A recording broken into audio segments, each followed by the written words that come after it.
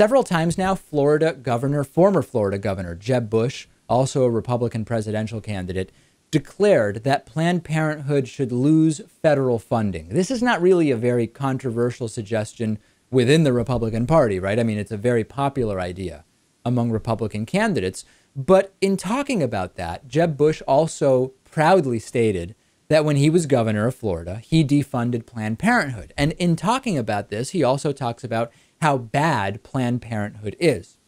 Michelle Garcia looked into this and wrote it up on Mike.com and figured out that much of the reason for which Planned Parenthood is so terrible in Florida is because Jeb Bush defunded it. It's true that Jeb Bush withdrew funding for Planned Parenthood back in 2001. He cut over $300,000 for family planning services for poor women through Planned Parenthood. And the aftermath, just a few years later, is that the Center for Reproductive Rights put together a report which showed that Florida was tied last year with Oklahoma and Arkansas as the worst state for women's well-being in the country. 25% of women in Florida are uninsured, second only to Texas.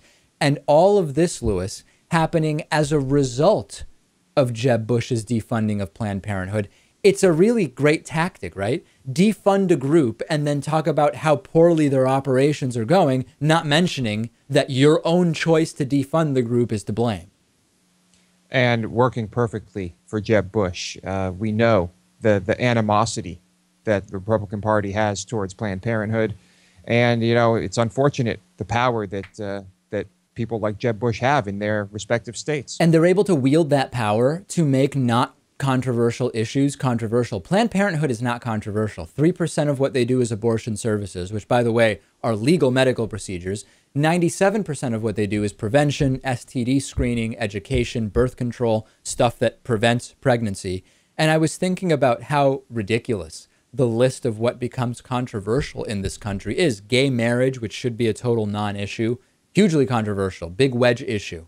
Reasonable sex education, not same-sex education, reasonable sex education, a total non-issue, becomes a huge issue for Republicans. Cake baking. Imagine, Lewis, cake baking has become hugely controversial in this country. And of course, family planning organizations, which should not be a controversial issue, hugely controversial. We should be talking about the campaign finance system, debating the successes and failures of modern capitalism and how that bodes for the future of the U.S., or how the American economy should prepare for the next wave in the labor movement as more and more jobs become automated, restructuring human activities on Earth to reduce our impact on the planet. No, instead it's cake baking, family planning, and gay marriage. Yeah, issues that you have to appear to be passionate about or acting proactively on so that you can continue to win elections, I suppose.